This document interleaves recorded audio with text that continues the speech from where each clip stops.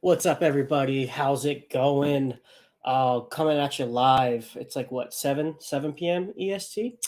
Hope you guys are doing well. It's been a minute since I've come on stream, but I got a nice surprise for you guys. Met this cool cat, I guess a couple months ago, maybe over about a year ago now, at a meetup for the crypto mindset course, and got along well, and we've been talking and hanging out since then. You guys probably know him as the creator of HSA, creator of Mike. You've seen him around on Twitter, and he did a recent stream. I believe, I forgot who it was with. He'll have to remind me. It's kind of embarrassing.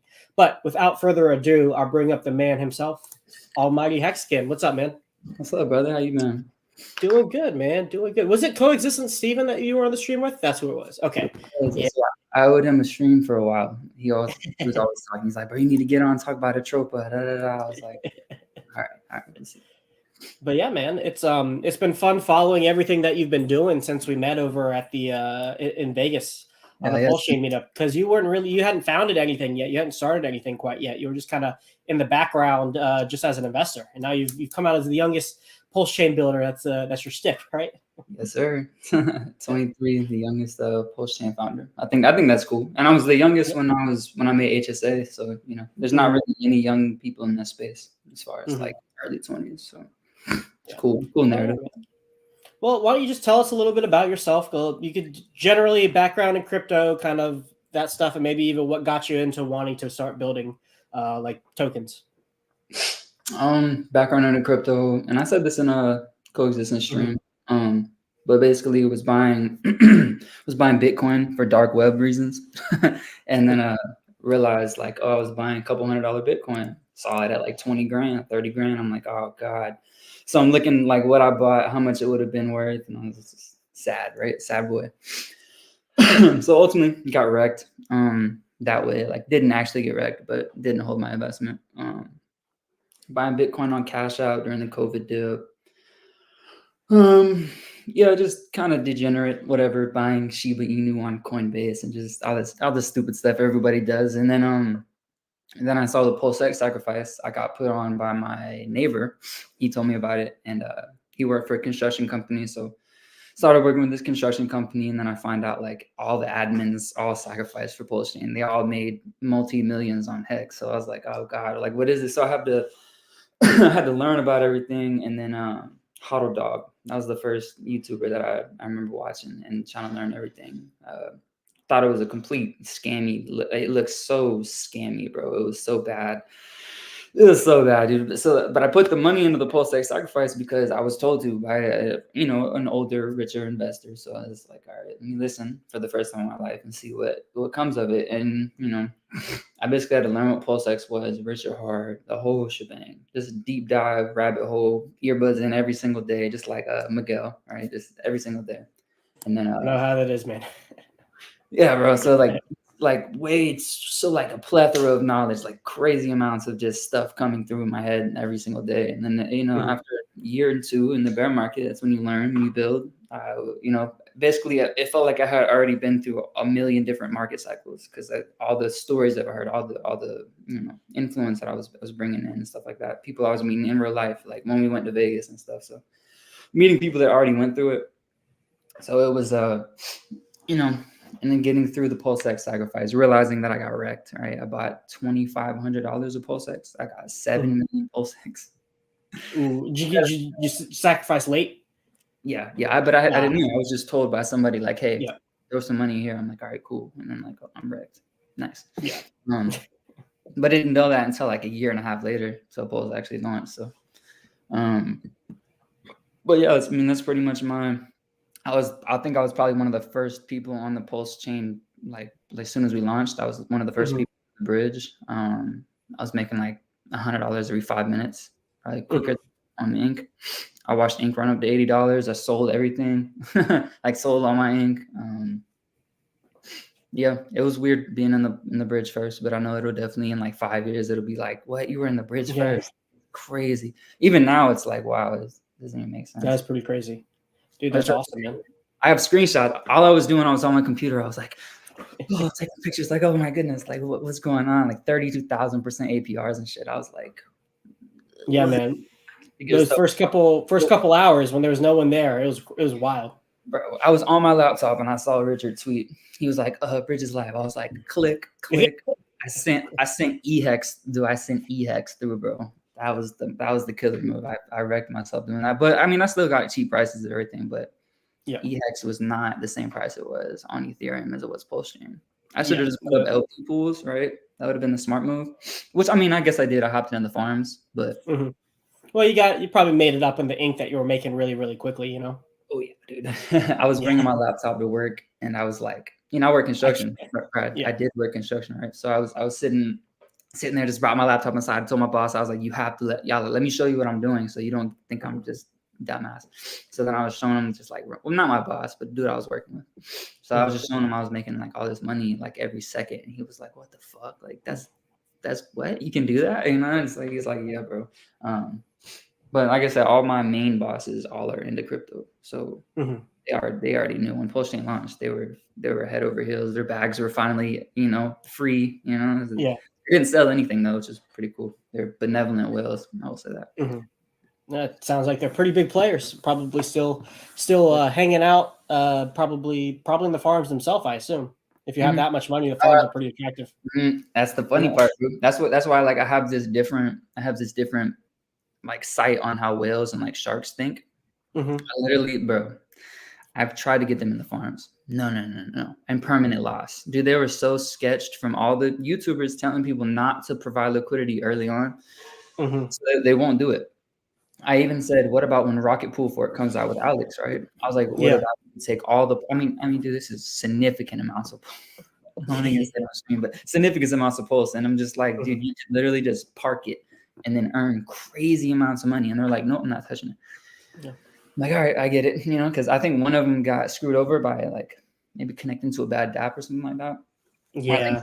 He had Ethro early and he just kind of fucked it off. So I think that, I think that they're just like, I'll hold my pulse, which is good. But then like I have this issue recently about whales holding their pulse.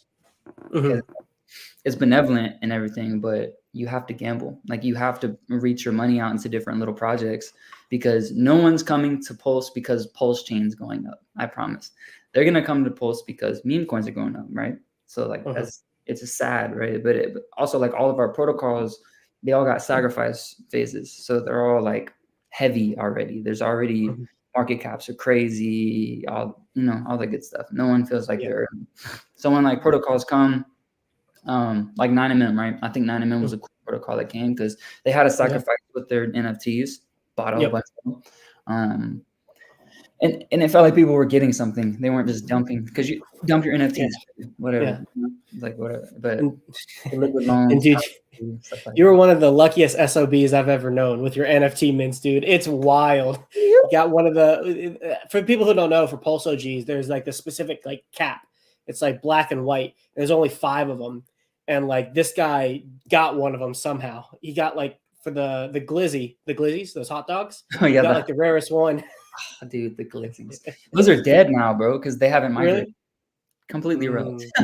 Basically, Yeah. And I got the number 1 on 9mm too, bro. They finessed me on my number 1 slot. But it's all good. It's what it is.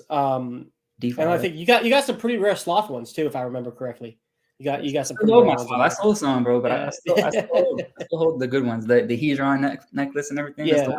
Really, so yeah. Hell yeah, man. Hey, I saw those. There were some cheap ones on the 9mm one. I think they all got swept up now. So you got a couple. You got them through. So that's nice.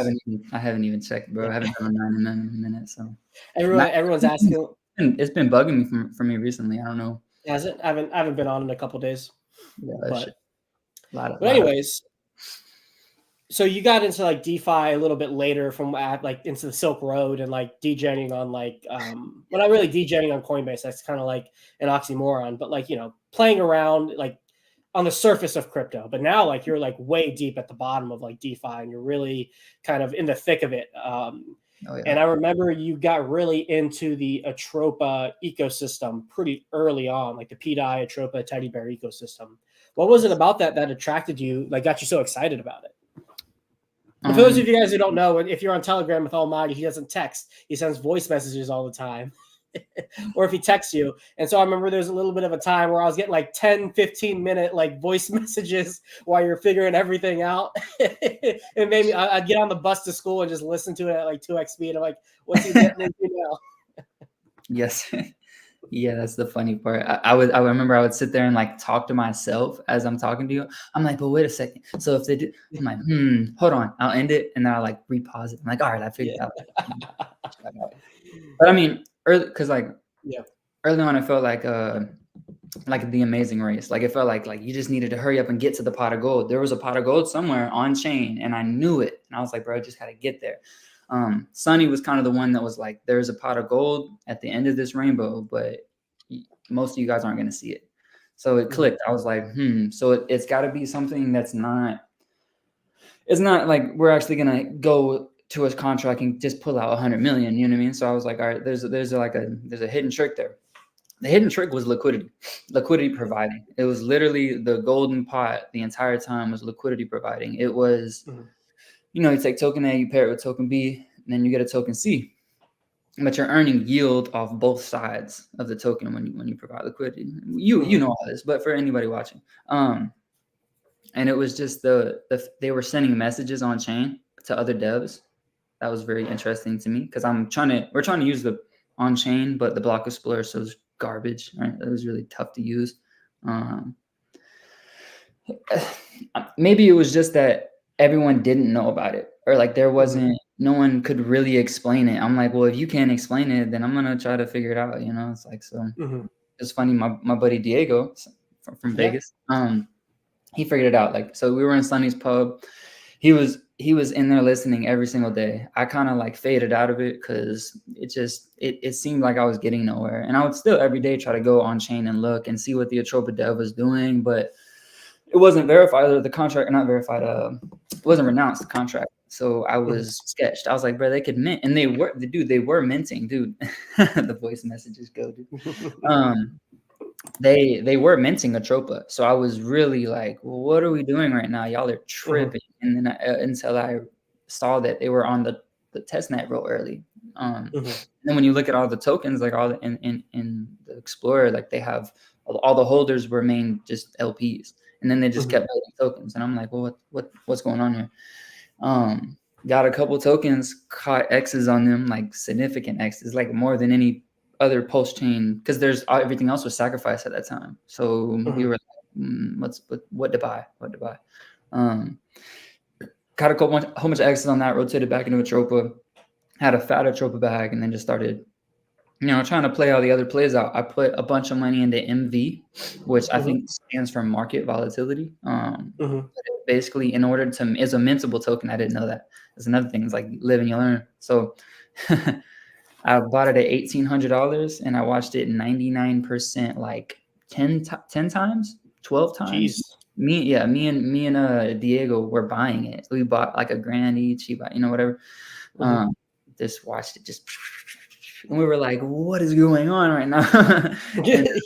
So we learned what it was. And it's basically the secret sauce right here on the MV token. If PulseChain liquidity or if PulseChain gas fees get high, MV token is expensive to mint, kind of like Zen. It was basically a copy of what Zen is. So if you want to on-chain Zen with no front end or anything like that, it's MV. So that's kind of secret sauce. I put up an L there with like 1 million pulse and then whatever that equal to of MV. So like when we go in crazy high gas fees in the future, 5, 10 years or whatever, that LP pool will be ridiculous because of 10 years of LP. It's crazy to think about. But also it'll be more pulse than MV because MV will actually rise in value as the gas goes up. So, and the gas is is significantly going up. People aren't noticing it yet, but there's a lot of reward tokens on PulseChain, and that's making the transactions fucking go crazy. So we're gonna feel it when the bull starts to rise, bro. We're not gonna have cheap trading fees on PulseChain, I promise. Unless we get sharding this year or next year. But it's possible. It needs to happen for ETH to save ETH. But I mean, it's not a rush, right? Because even if ETH is expensive, then we're not as expensive. So we'll still better. It works out.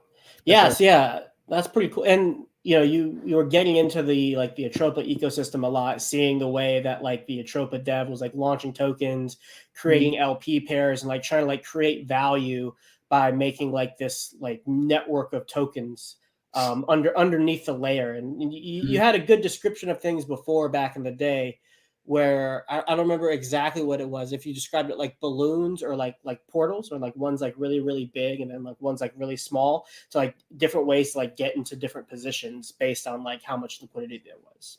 I don't know if you remember that analogy that you had. Yeah, kind of. I mean, I guess a good tie into that is like, so you got like a big bucket, and that's a PDI and a Atropa. So in this big bucket is where all the money is going to end up going.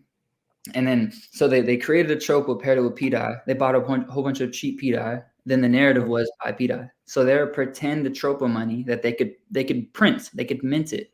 Yeah. It became valuable. So they started minting a whole bunch of it because, they paired it, and then it started going up. So they were minting poof money, pretend money. And then all they were doing was creating tokens and then plugging it into each of them.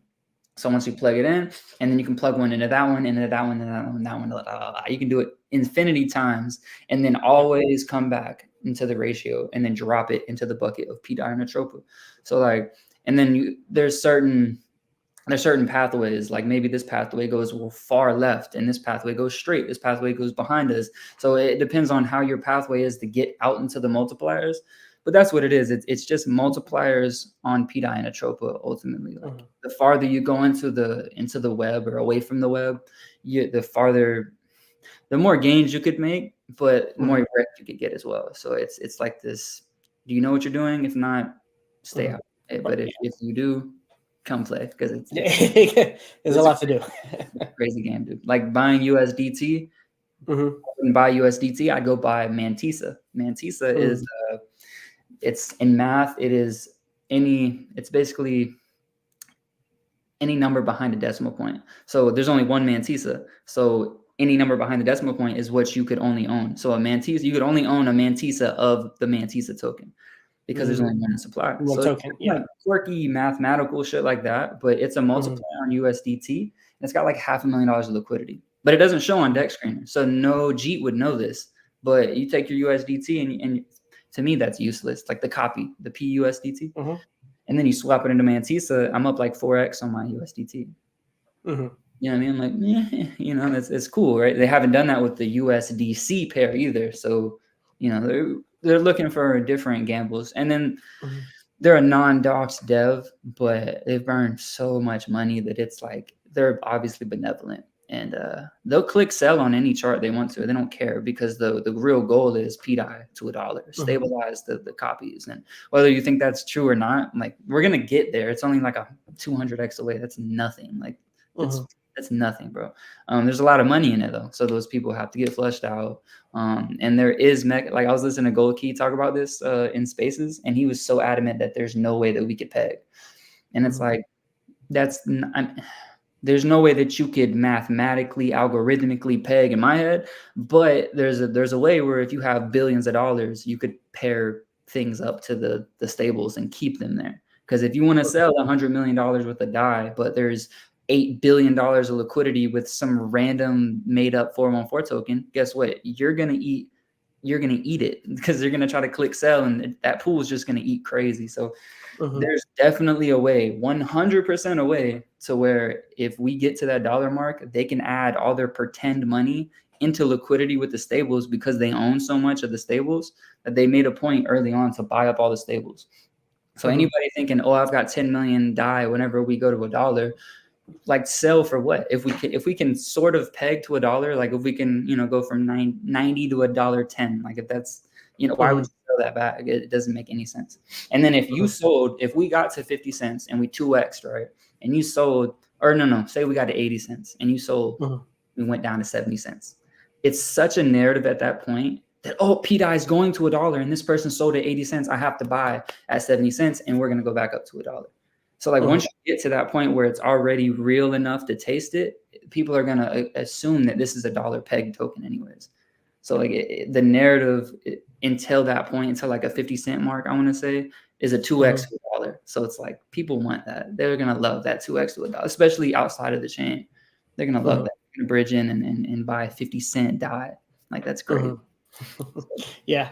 I guess I could see it if you're, as prices going up, you're continuously backing it with these like inflated value tokens, because they're like it's basically it's another form of leverage in a lot of way. It's like you create a token and then you pump up its value relative to another token, and then you can just keep leveraging that up every token down the line because it's all priced in the previous one. Yep. And that's you what can kind of use. Oh, go ahead.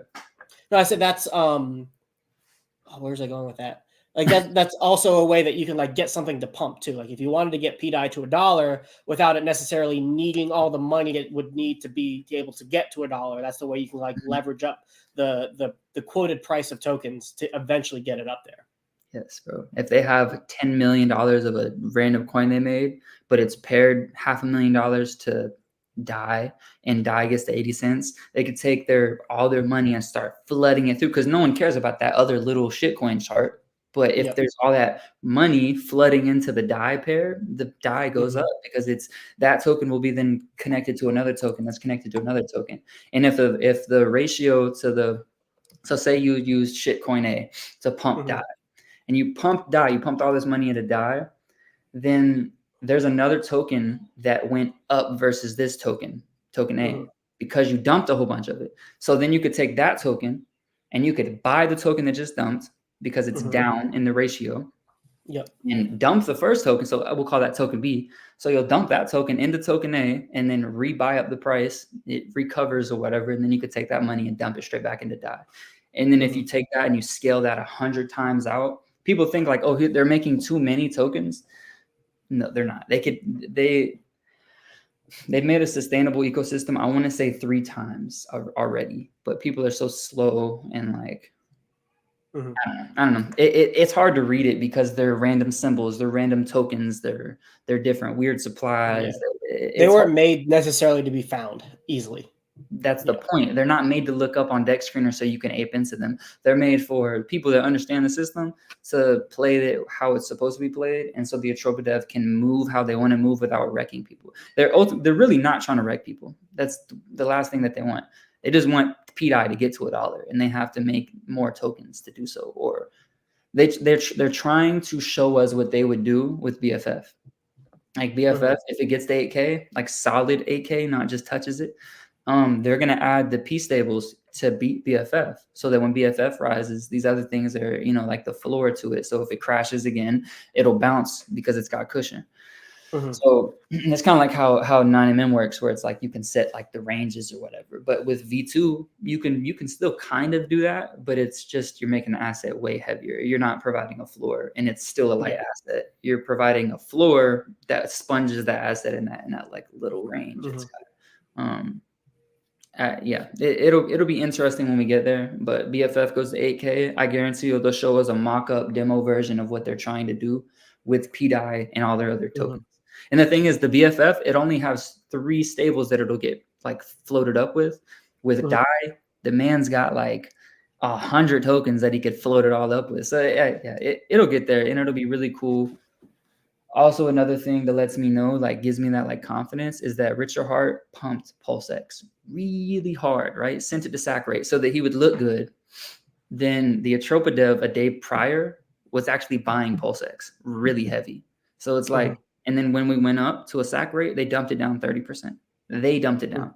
So it's like, did Richard Loki fund the Atropa dev by making his token go back to sack rate? And then it crashed. It wasn't his fault, right? But he sent it to sack rate. And then they kind of washed funds. It's a conspiracy theory, but it could also be the narrative of like, Richard knows what this dev is doing, because he hasn't once said anything about PDI negative. He hasn't said anything about Atropa negative. right? But he threw like some shots at the launch token. You know what I mean? So, like, he'll throw his shots if he wants to, or if he feels like it's necessary. He didn't for Atropa. So like anybody thinking Atropa is malevolent is an idiot in my eyes. You just haven't done your research. Yeah, no, that's a great explanation of everything. And that was like kind of your first, maybe not first, but one of the big things you got really interested in. And then I saw you get really interested in reward tokens. So like tell us why do you like, what are reward tokens and why do you like them so much, man? Reward tokens is meta on PulseChain. Anybody saying otherwise is not smart, because you have cheap fees, so the R bots can maneuver between all the pairs and they can. So okay, rewind.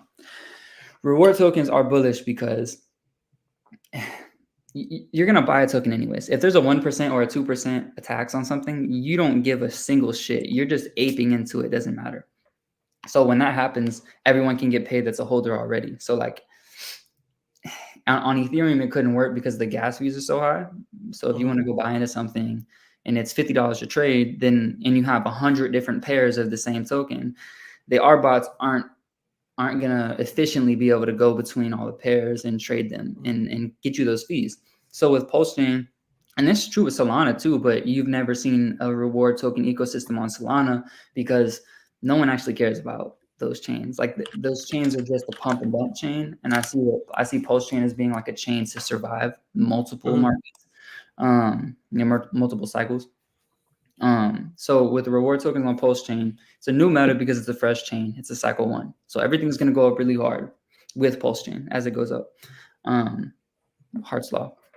So if you have a reward token with 10 pairs, right? And the first pair you have 100K liquidity, and then all the other pairs you got like 5, 10, 20K ish on all of them. So when you pump, if somebody goes in and buys out of the main pool, the main pool is more expensive. So say the token is a penny in the main pool. You bought it up to a penny. All the other pools say that it's 0.0095. Right, so you have a little discrepancy in the price. So the arbitrage bots are able to go in and buy up cheap token A or whatever the token is, right? The reward token. Go buy up cheap at all the pools and then sell it into the main pool for a profit. So if it's a 2% tax, right? Like with Mike, right? If it's a 2% tax, they have to pay a 2% tax to buy out of every single one of those pools. If we got 5 pools, they paid 2, 4, 6, 8, 10. You know what I mean? They paid percentages to buy these, and then they have to pay a 2% to dump as well into the main pair. So like they buy them up by all these pools and then they dump it into the main thick pair. Then they just paid everyone twice to buy up and dump, and we didn't have to do anything. Like the market, either you had a big buyer step in, like $500 buy or something like that, or the market just moved. And that's was the case with Inc. whenever I launched. So like Inc. started moving up real heavy, so the rewards were way higher than they would have ever been because Inc. did a 3x. So like no one actually had to buy. Like the market would have moved anyways. So like Inc. would have moved and it would have drug, so if Inc. moves up in price, the ratio has to change on the other token, right? Like and it doing that, it has to change still all the pairs. So whether Inc. moves or whether Mike moves, the tokens pairs have to change. So they always have to get paid. So it doesn't matter whether somebody's dumping it or not, because if you dump out of a little pair or a main pair, they have to go and fix the prices everywhere. So like, go ahead and dump. You're going to pay everybody times 5, times 6. So it's bullish because if you have somebody that knows what they're doing, like Sunny, I say Sunny knows what he's doing. There's other people on chain that don't know what they're doing. They have really shitty reward tokens. But yeah, so what he did is he paired all of his reward tokens together. So they all have this pretend LP, but it's real. You want to trade the token. So like he's got a Bitcoin reward token, and then he's got a DAI reward token from Ethereum too. So the Ethereum Bitcoin pools and the DAI from Ethereum pools on PulseChain are getting drawn from. So say there's only $100 in liquidity for the Bitcoin pair, right? There's not, but say there is. Like that means he's taking a reward token and he's drawing off from $100 liquidity pool. What does that do to the price? It starts to send it upward. So you have BNB on PulseChain that's I want to say right now, I don't know though, but it was higher than the price it was on ETH. So that incentivized people to bridge in their BNB, dump it in the pool, and all that's doing is giving the liquidity provider more BNB and less Pulse or whatever the token is. And that's a honeypot, because then now they have Pulse, and now what are they gonna do? They're either gonna sell their Pulse into the pool and leave for ETH and leave with their ETH. And the thing is too, people don't think about this, leaving with ETH is bullish. Not necessarily now, but leaving with ETH mid-cycle, top of cycle is bullish, because we have all the ETH outside of our chain and we're a walled garden of just Pulse, Hex, and PulseX.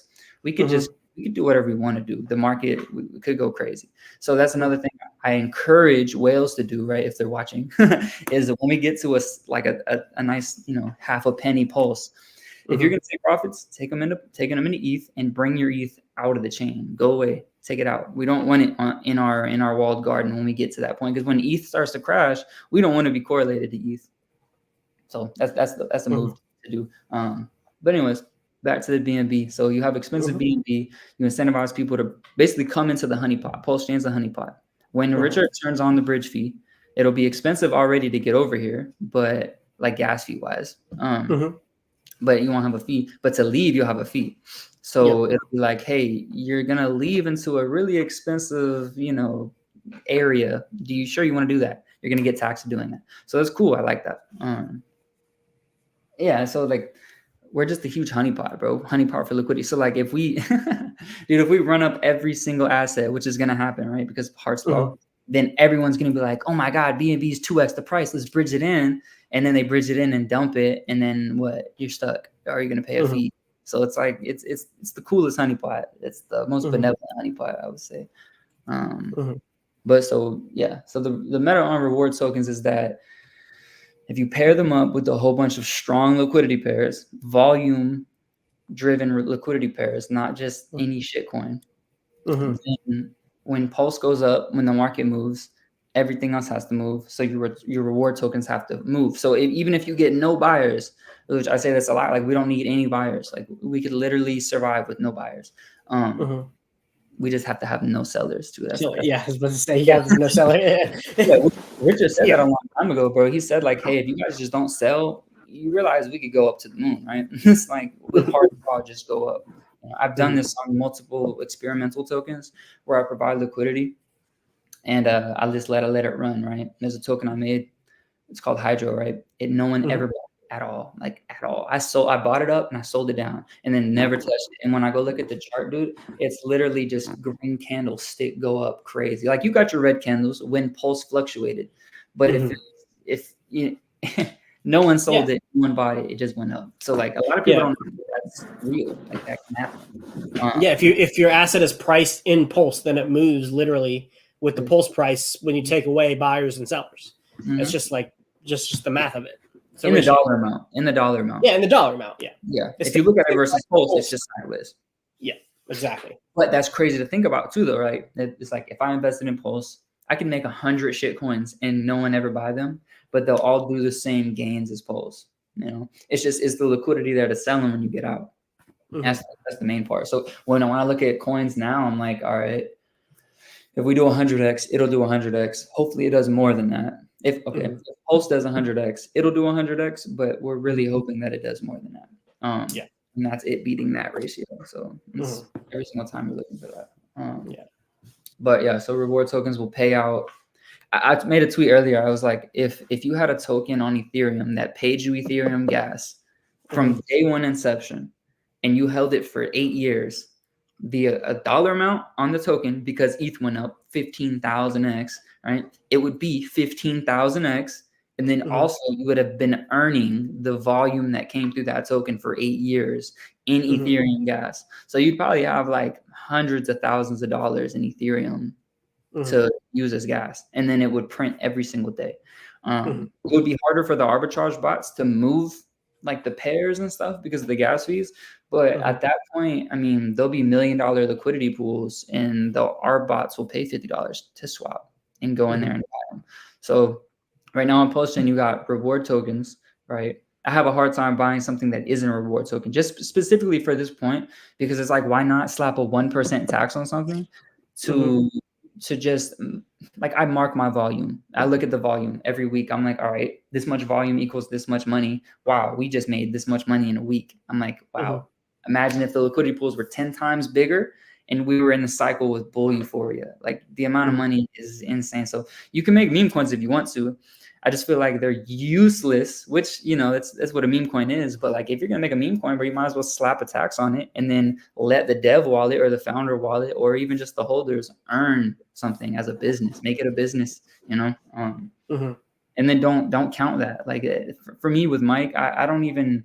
The narrative is ink rewards, but I try to tell people, like, meme it. Like, it's a meme, bro. That's all it is. The ink rewards is just for fun on the side where you're like, oh, I was earning ink the whole time. Like, so if any meme coin, if you launch, I feel like a tax on it for a reward in Pulse at least or something. It's too valuable to not to do it. Like, it's such a simple task, and it just seems way more bullish on a token.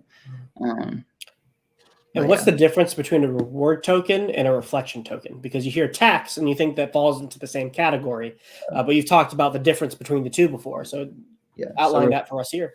Reflections are just reflecting, like you're a mirror, like just the token that you have. So you're like, A1A is a reflection of itself. So it'll earn A1A as you hold it. Reward tokens is your reward in another asset. So when you go and so if I have $100 and it's a 1% tax, then I have $1 that goes to buy up the other token. Say it's ink, right? So I have a 1% tax, and you buy $100, then one of your dollars goes to buy up ink out of a pool, and then it distributes it to the holders. So you got two gas transactions going on. You got the ARB, or I guess it's not an ARB. I guess it would be like a distribution bot. I don't know what that would be. But just a bot coded into the actual code to go and buy out of a different pool, and then you have it to send to a holder or all the holders. So you have all these transactions happening in like an instant second where people are just getting delivered free money. So that runs up the transaction so crazy, and it uses Pulse gas, and then when Pulse gets to be really expensive, dude, that is just going to be insanely valuable, bro. It's such an early thing. When you look at like tokens, they get 10, 20, 30K of volume. You go on Solana and go on Base right now, they got like $50 million of volume on like a noob coin. Like, I saw something that was called Fuck Off, and it literally did $150 million of volume.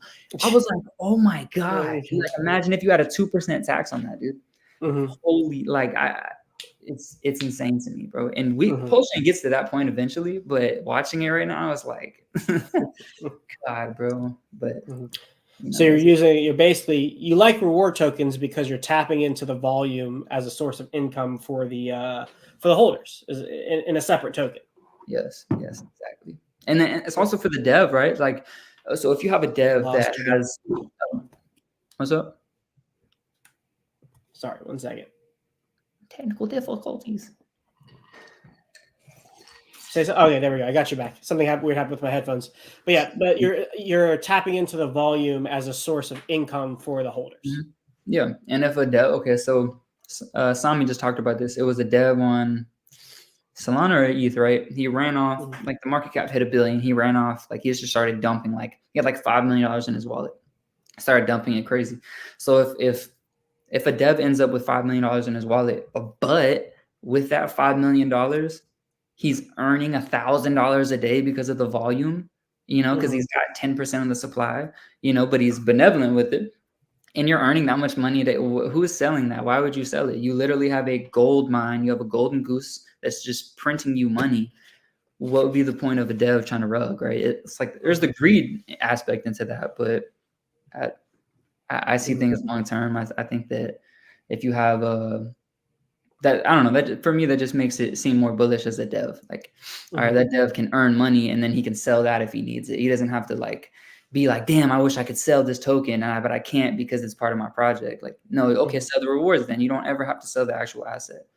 That's for me, that's the bullish part too. And then you can pay influencers. You can, like, for me, every Friday night with the mic, we do movie night, bro. And we hand out $100, $200 in ink every night or something like that, or not every Friday night. And then we hand out a little bit of mic like the dev wallet has a printer and he uses the printer for benevolent things. We could keep seeing that, but we don't see that a lot. Yeah, bro. No, but that was reward tokens don't work on 9mm. My bad. That's the last thing I was gonna say. That's the only reason. Like, see these liquidity managing things where they're like putting all the supply out with Pulse, and then when everyone buys the token out, they flip it. You know what I mean? That's cool, but you can't do that with reward tokens on 9mm. Yeah, gotcha. The reflection, not the reflections, the taxes don't go through on that on a V3 DEX.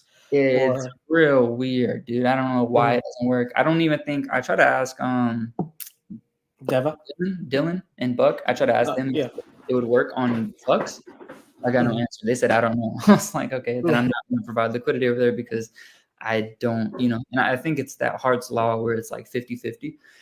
If you have a 50% of asset with 50% of asset, things move, taxes get paid more like evenly. I really don't know, dude, but I'm straight with PulseX. For some reason, it doesn't work. It only works on PulseX right now. Yeah, which is fine. I want all the volume on PulseX anyways, dude. I think that bringing volume away from PulseX is not necessarily hurting our chain, but you're benefiting. Like, bring volume on PulseX now when the PulseX is cheap. That way we get a lot of PulseX burned, because that's why PulseX is cheap right now. I guarantee you it's being suppressed. Yeah. No, that's a good overview of reward systems, and I set this up, like, gone down this route for a reason, because you started with like the Atropa PDI stuff, and you kind of learned about like how bonded liquidity works, how you can inflate token value by like creating multiple like abstractions or multiple tokens to like inflate the value. Then you got this other mechanic of like reward tokens. And now you're creating your own stuff. You have your own reward token, Mike, and you've teased that there are some hints of more stuff. So tell us about your vision on like your ecosystem that you're building, and like how it's been influenced by like the history we've discussed up till now. So I saw that reward tokens can do well on the chain, as far as if volume goes through them, right? So I was thinking, like, I was looking at meme coins and they get a lot of volume. So I'm like, well, if you just made a meme coin that had a little baby tax on it, it's cool, right? Everyone wants to earn something. Like, if you hold teddy bear, right, you're just hoping the token goes up. Like, I want to hold a token and know that, hey, token goes up or token goes down, I get paid a little bit of something, right? Like, I at least get something for my buck. So I made Mike. It rewarded ink, and then it just, like, so there's only one way to get ink, is going to the farms. You're either be an LP provider or buy it out of the market. So it's like, this is the third basically way that you could earn ink in my head. So I copied Ink R. Ink R is a ink reward token, a part of that same ecosystem I was talking about with Sunny. I forked it. It's just 2%, right? So it's the same contract, but just 2%. And so we got like $1 million of volume on the third day, like close to $1 million of volume on third day. So like, if we could consistently get $1 million of volume, dude, the amount of money that was made on the dev wallet the first day was crazy. And I was seeing that with Sunny's wallets, like when he would launch, right, you would see like a whole bunch of rewards go through real fast. And I just was like, wow, like, I could do that. You know what I mean? I was like, well, why couldn't I do that? So I just was like, all right, let's figure it out. One night, it was Friday on the 3rd or the 2nd or something. I mean, my buddies were just talking shit, and like, we always think about launching like meme coins in a little voice chat or whatever. Just also, bro, there's like, for people that don't get this, because I didn't ever think about it. There's like 10, 20, probably like 30 different groups on PulseChain, or on every chain, but like specifically on PulseChain, there's probably like 10, 20.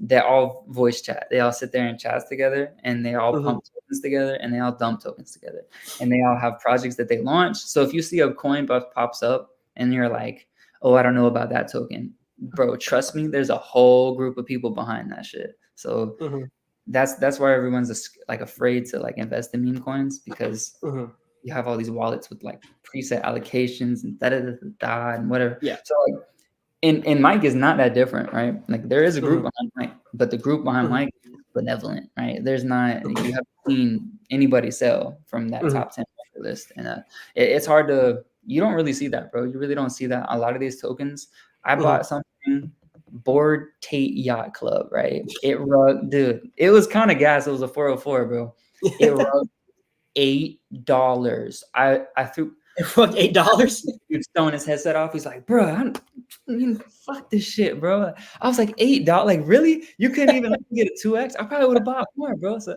I was just so tired of like seeing the meme coins rug, bro. Especially on our chain. Like, are we gonna be BSC or are we gonna be PulseChain? Like, are we gonna have fun with our memes, or are we just gonna rug everybody because we want Pulse, because we want Richard to pump our debit like bags? Yeah. Like, I don't know, man. So I just wanted to launch a meme token. I made HSA. All right, this is a rewind. I made HSA. It was a complete joke. Started with $12 liquidity. I burned Atropa liquidity. I burned Hedron liquidity, Pulsar liquidity, all that good shit.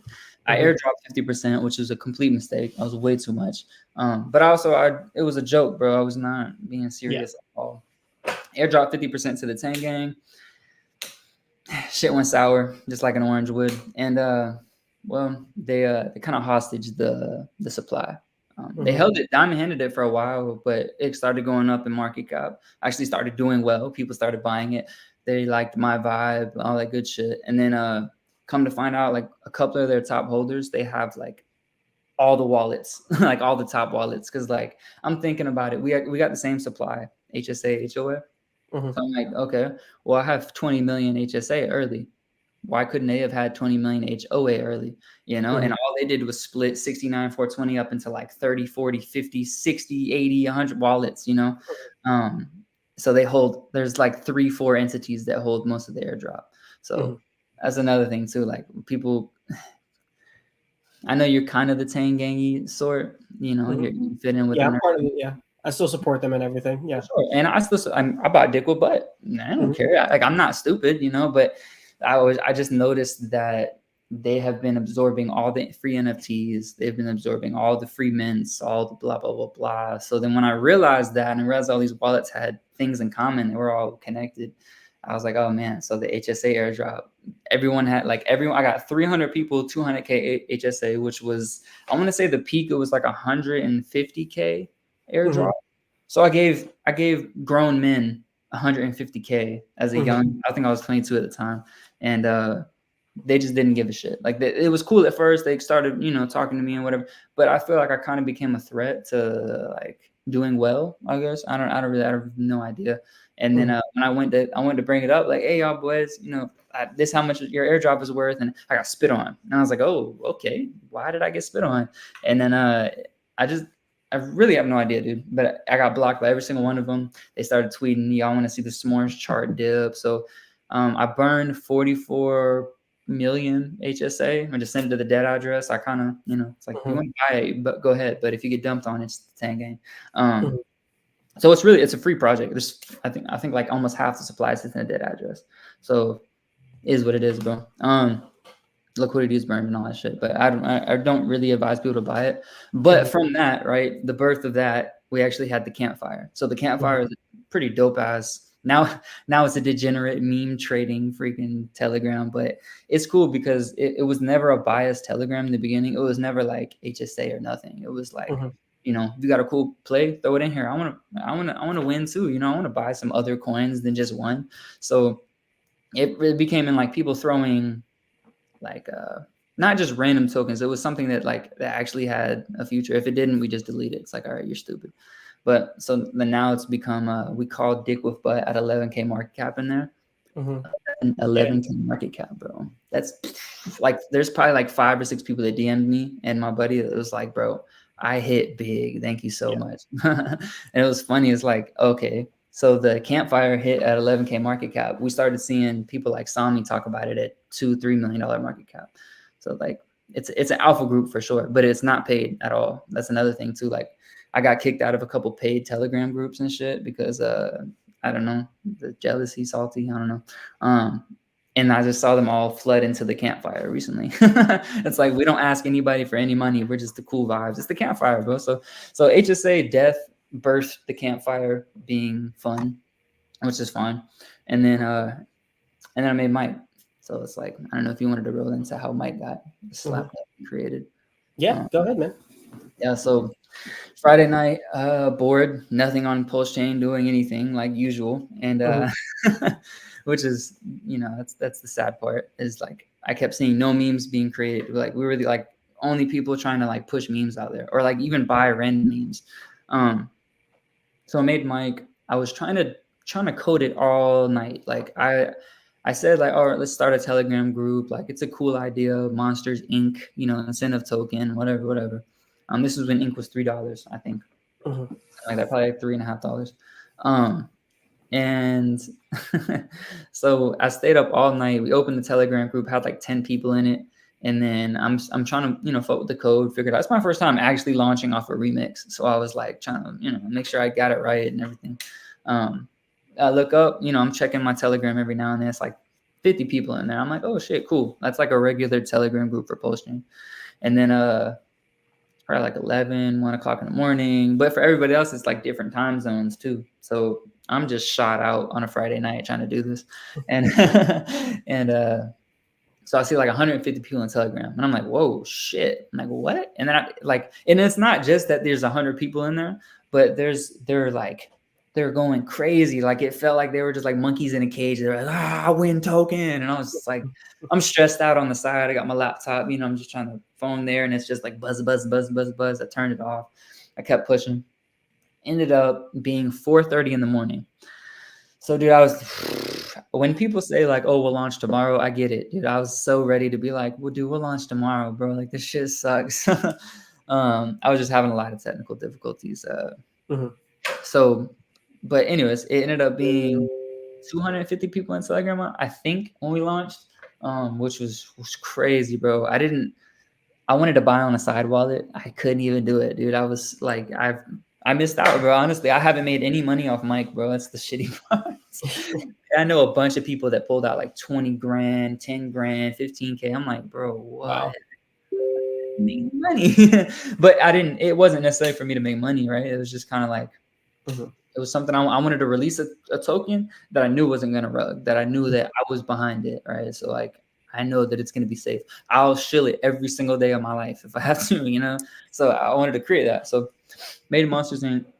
Launched it at 4:30 in the morning. It did like a 28x the first candle. And I was like, you know, my buddy hit me up. He was like, nice, bro. Good shit. I was like, cool. Went to sleep. I was like, I'm done, bro. I'm done. Woke up 2 hours later because I couldn't sleep. And I think it was like 7, 8 o'clock in the morning. And and everybody on the other side of the world was like, they're late night DJing, you know? So they're having fucking a blast. And I just woke up and I'm looking at the chart. I'm like, you know, like, what is going on? What are y'all doing right now? And then the dev wallet earned a crazy amount of ink for liquidity. Or not liquidity, because of the taxes. So I started adding it to liquidity. I was like, all right, well, guess what? I didn't burn LP. All right, they started freaking out about that shit. Because there was like 10,000 ink in LP or something like that. And 9,000 LP. Like I could have clicked, boop, pull LP and just deleted all my accounts, bro. I could have. Where does that get me? To be alone and 10,000 ink richer? So I burned liquidity. I kept a little bit liquid for flexibility purposes. Basically, I can pull the lick, probably about like 20% of the lick anytime and just pump the shit out of the price. Maybe happens in the future. But so I burned liquidity. The dev wallet ended up making, I want to say it's close to like 2,500 ink right now today, which is pretty good. At $10, that's 25 grand. So yeah. But I earned a whole bunch of ink and I started buying up different tokens. And I started pairing them because I have a fat bag of Mike. I was like, you know, it was like, I think I woke up, it was 300 grand of Mike and like $10,000 of rewards. And I was just like, whoa. I was like, any other 23-year-old would probably call it quits and get the fuck out. So I wanted to be different. So I never sold any Mike. I actually only bought Mike from the dev wallet. And like I said, I got to buy on a side wallet too. So I just been throwing money into Mike, which is bullish, right? But so I started pairing up a whole bunch of liquidity pools, whatever. It did a 675x in 48 hours. So it went from $4,000 market cap to 2.7 million market cap. And it was a $4,000 market cap with $4,000 liquidity. Yep. So we launched beautifully. It was nice. The main LP was ink. So when you do X's on the LP, the dollar amount went up. So it was like 100 grand of ink LP. And then Richard tweeted at the same time. Now for me, I'm a conspiracy theorist. Yeah. 100% full blown. So when he tweeted, incentive token is my meme coin, right? Ink started surging. It went from $3 to $10. Like it started going crazy. So that's part of the success, right? Yeah. But then at the same tweet, like the next tweet, he said, I really like GoPulse. As soon as you clicked on GoPulse, you went to the bubbles, you had a big green Mike X on there. And I was like, and that made you feel good. In the group chat, we were all fucking going crazy. Like, no way Richard soft shielded us. Like, there's no way he soft shielded us, bro. Da, da, da. Everyone's freaking out. Bye. So we surged because of Richard. But at the same time, like, you got to know that Richard knows what he's doing and what he's talking about. He sees that Mike was going up. He saw that it was paired to Ink. He said, hey, Ink is my meme coin for a reason, bro. He knows how Hart's Law, works. So, like, whether you think that he pumped the meme coin inadvertently or not, bro, he did it and it worked. And it was really cool because the GoPulse guy doesn't like me, Midas. He didn't really like me that much because I tried to get HSA on there forever and he was never trying to get us on there, which I get it, right? It was just kind of a shit coin. It wasn't, but it was. But he added Mike like the first 24 hours because he had to. There were so many people that were like, Mike, like you gotta buy, you gotta put Mike on there. Why isn't Mike? The bubble could be huge on Mike. And I was like, he's not gonna do it, bro. He did that shit and then he tweeted about it, and I was like, whoa, like my brain is fuzzy. So it was cool. Saw basically the project do like it literally did record-breaking gains on PulseChain. Like I thought Dick with Butt was this close to us. I mean, dude, they were so close. They went to $2.66 million market cap in 48 hours. They were so close. But like then again, they have like 420 billion supply versus 100 billion. So the market cap is pretend. But nonetheless, I thought they were gonna pass us and shit like that. They didn't. Still doing well. Congratulations. But yeah, bro, so launched Mike, and then we had the dope website. The website was really what killed a lot of people at first. They were like, oh yeah, I need that. That shit looks cool. And then, from then we just kept building. And when I researched, like when I looked up Mike Wazowski, bro, I had no idea that there were so many memes. Dude, they're so rich with memes. Oh my God. I was like, oh yeah, we picked the right one, bro. I didn't even look into memes before we launched. I was like, yeah. Monsters Inc. It sounds like a cool name. He's green. I was like, it all makes sense. Yeah. But to see that there's really a lot of Mike Wazowski memes, bro, it's so funny, bro. So I've just been playing around with that. And then you told me to talk about the next project. So the next project is I'm gonna stick with the Monsters Inc. theme. And for anybody thinking that I'm gonna get a cease and desist order, it's not gonna happen, bro. We're PulseChain. We're DeFi. They can't take my tokens away, just like they can't take Pulse away for being a security. Like that whole narrative is garbage. The worst thing that they could do is go on Twitter and say, hey, take down this post and that post. Cool. I have a copyright lawyer. I'm straight. If anything ever actually went down, we'd be Gucci. I wouldn't. Anybody stressing about that is a clown. So I have the next token, right, is the Monsters Inc. Eco. I'm trying to work with that. Is gonna be a Sully token, right? Like Mike's best friend is Sully. And he's pink and purple, blue and purple. Blue and purple, yeah. So I kind of was like, oh, that's a PulseChain colors, right? Those are PulseChain colors. So he's gonna be the Pulse reward token. And then we'll have another one. We'll have a Pulse extra reward token. You can only guess what that is.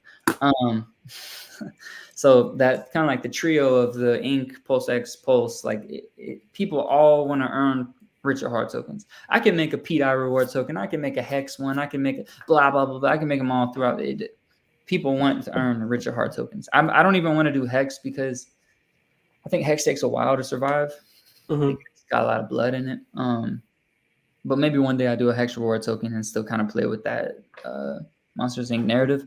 But the next one is going to be a Pulse reward token. I think that's really bullish because it's gas, right? So like in 5 years, gas is expensive, but you bought the Sully token and it prints you gas forever. I mean, you're straight. You'll never have to pay gas again. And there's multiple tokens. There's a rewarder, RWER token, a rewarder. That's Sunny's like main Pulse reward token. And that's connected to that whole ecosystem. So, the Sully token is basically going to be a copy of of that, but it's 2%. So 2% Pulse rewards. Mm-hmm. Gonna launch it. I don't know when. It could be next weekend. I really don't know, bro. It kind of depends on the market. We're at stack rate on Pulse. We can only really go up in my head. So might have to launch it here soon. I wanted all-time high mic before I launched it because I wanted to see that, like, are we gonna stick? Is this a stickable, you know? But you know, you got a lot of Jeets. You got people that bought $2,000 and they're selling 1,500 and had a $500 loss. So there's a lot of people that can't see longevity in any type of token. But I figured out who those people were, and so I brought adoption, right, with Mike, and they're the Turkish crowd of the crypto community. They don't speak any English. They're not they're in the Telegram, but they're not talking in the Telegram. Yeah. Because we got like 900 people in Telegram. Yeah, you have a lot. I was just looking at it. Yeah, dude, there's a bunch, bro. And to think that like someone like the Tang Gang, their Telegrams are like 1,600, 1,500. And it took them 3-4 months to do, 5 months, 6 months to do something like that. Like, dude, we did that shit in 2 weeks, bro. We got that many people in 2 weeks. Also, the holders are like 1,200, and that's a lot. And I didn't send one mic to a whole bunch of people at all. That's not what happened. So you go check the holders. People are actually holding mic. But with the Turkish investors, they don't see. So they use Portal X swap to buy. So we really brought adoption to PulseChain. We didn't just shield to, I didn't even shield to like the people around us, dude. I shielded to Turkish Telegram groups and shit like that. So I brought those people in. They bought with Portal X. They caught gains, but they didn't reap the ink rewards because they're just using Portal X. They're just like, fuck it, dump, dump, dump, dump, buy, dump. So you got people now that they don't know that they're earning ink and they're just dumping the backs, which is cool. Like, get out. It's whatever. Like you're literally paying the holders now just to get out. So we're down in price a little bit, but when I was telling people after a 700x almost, you're gonna see people sell, bro. Like it's the reality. We did like a 80% crash, popped up 300%, consolidated, whatever. We're at like a good little 700-800 market cap range, something like that. Which in PulseChain, dude, is really hard to maintain $1 million market cap, and we did it for a good week solid. It's tough, bro. If you were to launch meme coins on PulseChain, you would realize how no one really cares about them. No one really go launch a meme coin on Solana, dude. We did it. People are buying. We're like, who's buying this right now? We haven't even shilled to a Telegram group. They're just buying it. They have there's a bunch of bots that just go up and buy just a the new token it hits and they just buy it up indiscriminately. Yep. And we have that too, bro. But like, they'll buy it when it crashes. Like it'll go up, it'll crash, and people will buy it back up. On PulseChain, you'll buy it, it'll crash, it won't do anything at all. It'll just die completely because people are so stingy with their Pulse bags because no one's made money on Pulse yet. So like, we're really early on the meme coin space, and that's something that we have to take in consideration.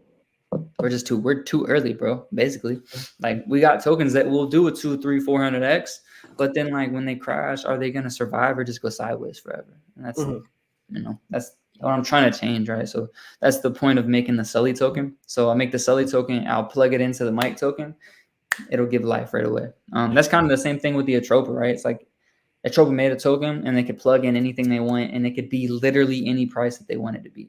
They could take 10%, pair it with 50% of this token, and then now they have 90% of 50% of this value.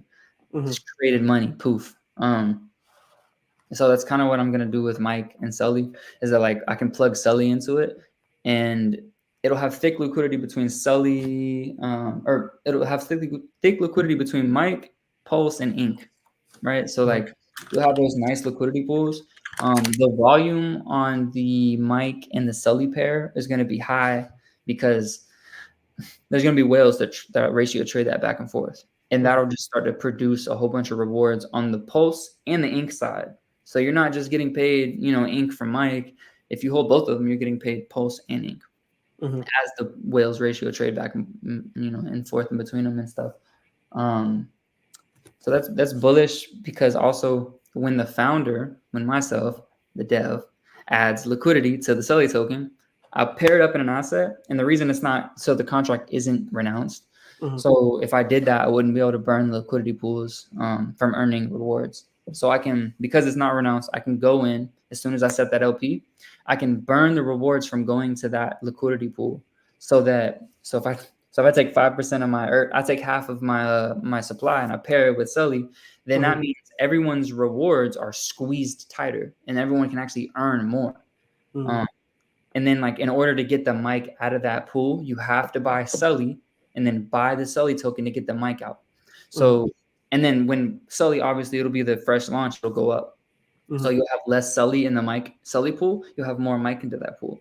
So like it'll suck more mic into this funnel that's in the liquidity pool that doesn't that doesn't get rewards. So as Sully goes up, the mic gets sucked into the liquidity pool, and the more rewards for everyone holding mic, it benefits them. Like they'll get way more rewards than they would have regularly because more of the liquid supply isn't liquid now. It's in a pool that doesn't get the rewards. So it's like this bullish reward squeeze that I'm trying to do.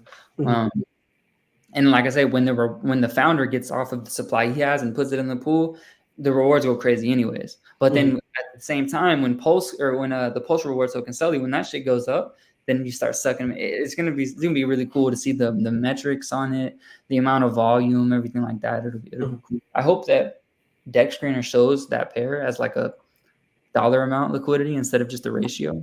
But I'll bug them about that. Trust me. But so you'll have that, and then eventually you have a Pulse Extra reward token. So that Pulse Extra reward token will get plugged into Sully, and it'll get plugged into Mike, and then you'll have 3 tokens that get to like just ratio trade all around, and that's gonna be crazy. And then they'll all be burned. All the liquidities will be burned between all of them. That's it'll be the benevolent part of what I do. And I'll burn like $500,000 liquidity between them all probably. And then after that, there's a Scream token. So you'll have the Pulse X, and incentive token, reward token for the Monsters Inc. And then you'll have Scream. So Scream, and this is down the road, but this is just for the roadmap. Scream will basically be a complete inflated yield token. It'll go crazy. It'll be like super high inflation.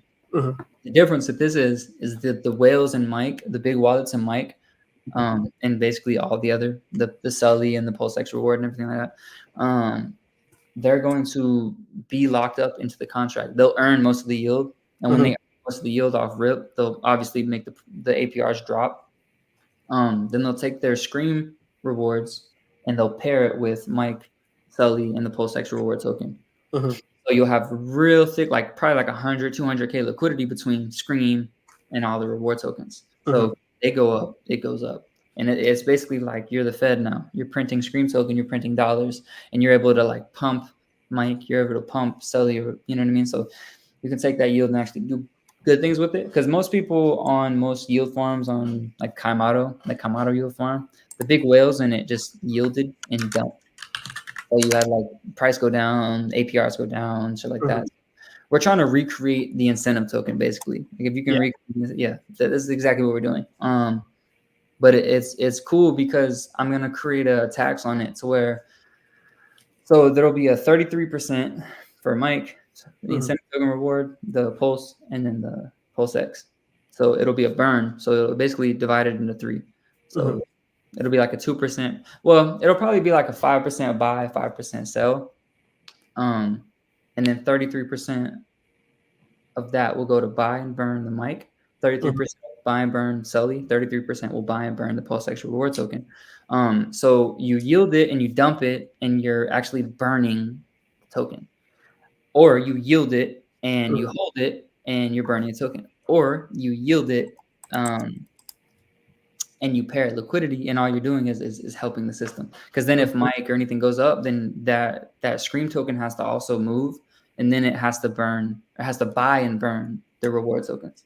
So it's like this feedback loop, this insane feedback loop that if it starts to gain a shit ton of volume, that it'll buy and burn more tokens, and then it'll just produce more yield. And so the yield buys and burns tokens. I think that's pretty bullish. Because if Ink did that, it would be insane. Quick question from that. Did you team up with somebody called Zach on Mike? I'm not sure who that is, but yeah, I didn't team up with him. He bought early. And he shielded it. Gotcha. Yeah. Is that the guy on Twitter? Yeah, Zach. He's a Atropa kind of guy. Oh, gotcha. Yeah. And then One other question for you. This is way back there, but I wanted to make sure that we get to it because Hex Love is a good supporter of mine. He just asked the difference between BFF and Teddy, and then we'll get back on topic. No, you're good. What's the difference between them? One's called Teddy Bear, one's called BFF. That's about it. No. So Teddy is paired to everything in their ecosystem because Teddy is the main liquidity source. So like, get into the Atropa ecosystem or not, you're buying Teddy. Like Teddy's the number one meme coin on PulseChain, undeniably, right? So like, if you want to buy that, you're buying into the number one meme coin that has the most volume, the most transactions. So when you do that, you're basically pouring a cup into the top cup. So then Teddy Bear is the top cup, and then all the liquidity can start to drain out into all the other tokens. So it's like, if you buy Teddy Bear as an investor that doesn't know about the Atropa ecosystem, you're just FOMOing into green candles, then you're actually benefiting the Atropa ecosystem. With BFF, you know the Atropa ecosystem. You bought no nukes first or die or whatever, and then you bought BFF because you know that it's going to 8K. So basically the difference is the narrative, right? Like Teddy is the main liquidity source to draw in the money to the meme coin space, right? Like, because they know that meme coins are big. We should change the deck screener logo on Teddy Bear. I don't know why we haven't. It's literally it's an emoji, bro. What are we doing? Like, whoever did that, they got to restart, bro. That shit is terrible. But I love Teddy Bear, bro. It's like, well, what are we doing right now?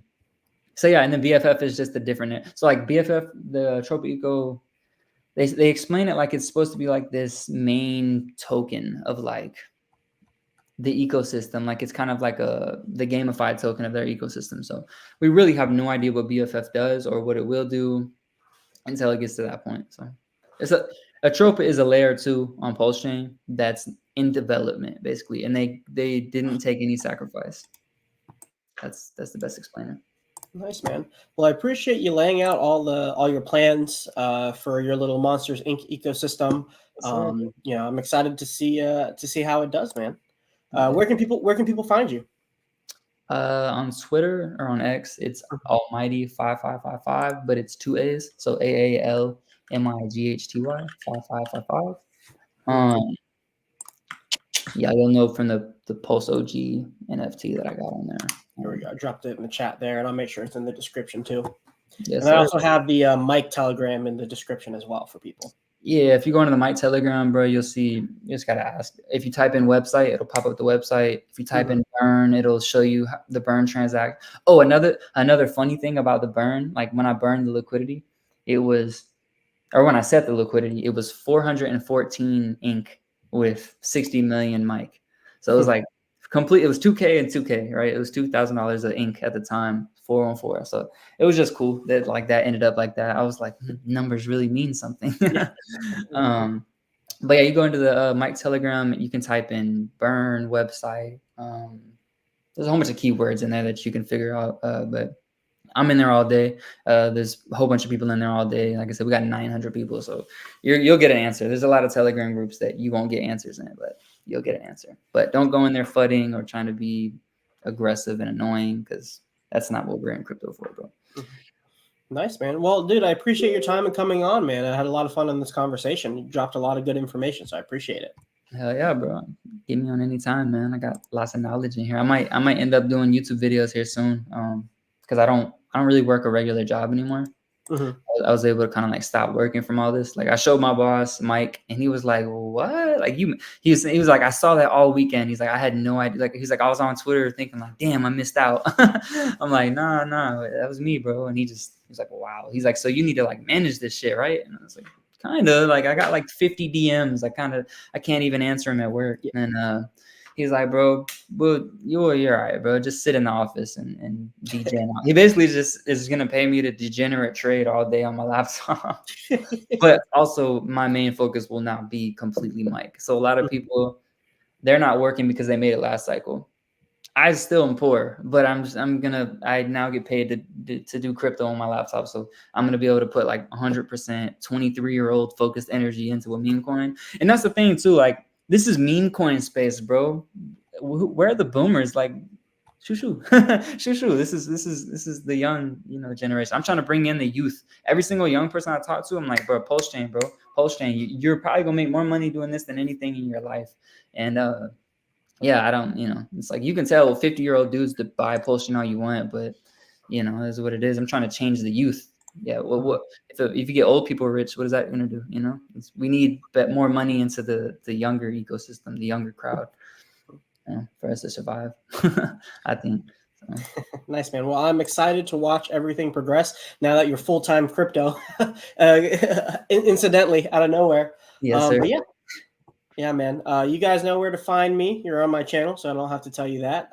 Go follow Almighty and all the places that you can find him. And I am excited to see TM. He's like, I'm a fucking boomer. You don't have to be, bro. Buy Mike. You don't have to be a boomer, bro. That's the next tagline. Buy Mike, you won't be a boomer. Yes, sir. All right, everybody. I'll see you around the next one. Peace out. Yes, sir, bro. Appreciate it.